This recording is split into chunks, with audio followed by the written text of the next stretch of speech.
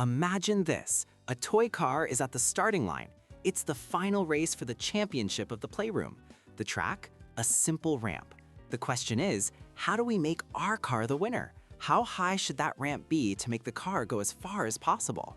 This isn't just a game, it's an investigation. We're being scientists. A ramp is just a slanted surface, a simple tool that helps things move. When you place a car at the very top, a powerful, invisible force takes over. Gravity. It's always pulling things down. Now, if your ramp is low, maybe propped up by just one book, gravity gives the car a gentle nudge. It rolls slowly. But what if you make that ramp steep? Stack up 3, maybe 4 books.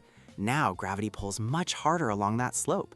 The car doesn't just roll, it zooms. It has more oomph. So let's test it. Build a ramp with 1 book. Let the car go and mark where it stops. A piece of string is perfect for measuring. Now rebuild the ramp with 3 books. Let the same car go from the same starting spot. Measure again. I think you can predict which one will go further. But here's the most important part of being a scientist. You have to be fair. A fair test is everything. It means you only change one thing at a time. In our race, the only thing we change is the number of books, the ramp's height. We must use the same car and the same ramp surface every single time. Otherwise, we don't know if it was the height, a different car, or a slippery track that caused the change. This simple idea is used everywhere. Look at roads. They use gradual ramps and slopes to help massive trucks get up and down hills safely.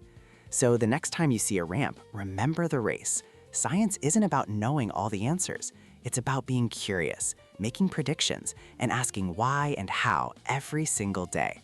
That's when you become a real scientist.